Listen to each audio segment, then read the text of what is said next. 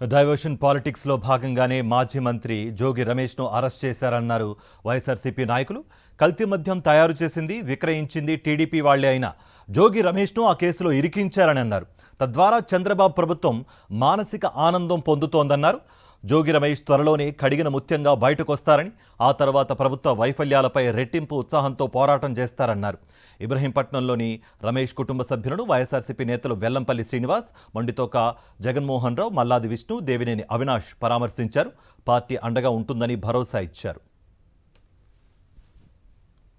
Telugu Desam party నాయకుల ఆధ్వర్యంలో ప్రోత్సాహంతో జరుగుతున్న కల్తీ మద్యం, నకిలీ మద్యం ఏదైతే ఇబ్రహీంపట్నంలో జరుగుతుందో దాన్ని బయటపెట్టిన నాయకుడు జోగి రమేష్ గారు. ఈరోజు ఒక డైవర్షన్ పాలిటిక్స్ కోసం తుఫాన్ రూపంలో కానివ్వండి, ఒక టెంపుల్లో జరిగిన తొక్కిస్లాట్ని దాన్ని పక్కదారి పట్టించాలని చెప్పిన ఒక ఉద్దేశంతో జోగి రమేష్ గారిని అరెస్ట్ చేస్తాం. జోగి రమేష్ గారి కుటుంబ సభ్యులకి పార్టీ అన్ని విధాలుగా అండగా ఉంటుంది. జగన్మోహన్ రెడ్డి గారు మీకు అండగా ఉంటారని చెప్పి ఈరోజు మేము అందరం గారు ఆయన కలుసుకుని వాళ్ళకి అండగా ఉండటం గారు జరుగుతున్న సందర్భంగా చెప్తూ, ఏ విధమైన పరిపాలన జరుగుతుంది ఇక్కడ, ఏ విధంగా అక్రమ కేసులు పెడుతున్నారు, ఏ విధంగా ప్రతిపక్షాలు గొంతులు నొక్కాలని ప్రయత్నం చేస్తున్నారు. అంటే మీరు అరెస్ట్ చేస్తే జోగి రమేష్ గారు వ్యక్తి భయపడిపోయి ఆగిపోతారని చెప్పి మీరు భావిస్తున్నారా? తాత్కాలికంగా మీరు సంతోషం పొందొచ్చేమో, జోగి రమేష్ గారిని మీరు జైల్లో వేసాము, జోగి రమేష్ గారిని చెప్పని. తప్పనిసరిగా కడిగిన ముచ్చలాగా బయటకు వస్తారు, దాంట్లో ఎటువంటి డౌట్ లేదు. జోగి రమేష్ గారు వచ్చిన తర్వాత తప్పకుండా కూటమి చేస్తున్న తప్పుల్ని మరింత రెట్టింపు ఉత్సాహంతో, రెట్టింపు స్పీడ్తో పనిచేస్తాడు.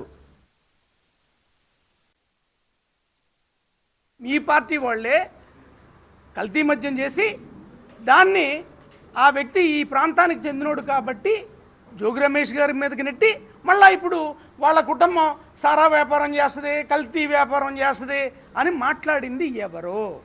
ఇది అసలు విజ్ఞత కలిగిన ఏ ఒక్కరికైనా అర్థమవుతుంది. మీ అసమర్థత, మీది చేతగానితనాన్ని మీరు ప్రతిపక్షం మీద రుద్దదలుచుకున్నారు. ప్రతిదానికి మూల్యం చెల్లించుకోవాల్సిందే. రాజకీయాల్లో ఉండేది ఆత్మహత్యలే, హత్యలు కాదు. ఈవేళ మీరు అధికారంలో ఉన్నారు కాబట్టి, మీ రాజ్యాంగం రెడ్ బుక్ రాజ్యాంగం కాబట్టి మీరు దాని ప్రకారం వెళ్తున్నారు. జోగి రమేష్ గారిని వందల మంది పోలీసులతో అక్రమంగా తీసుకెళ్ళడం జరిగింది.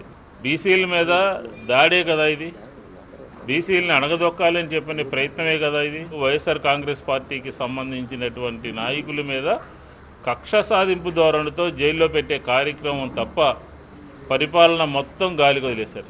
ఆంధ్రప్రదేశ్లో డెల్టాలో పండినటువంటి ధాన్యాన్ని తెలంగాణలో అమ్ముకుంటా ఉన్నారు. మీ యొక్క చేతకానితనం మూలంగా, మీ యొక్క అసమర్థత మూలంగా వ్యవసాయాన్ని ఎవరు సమాధి చేశారో, ఎవరు దండగన్నారో ఈ రాష్ట్ర ప్రజలందరికీ తెలుసు కదా.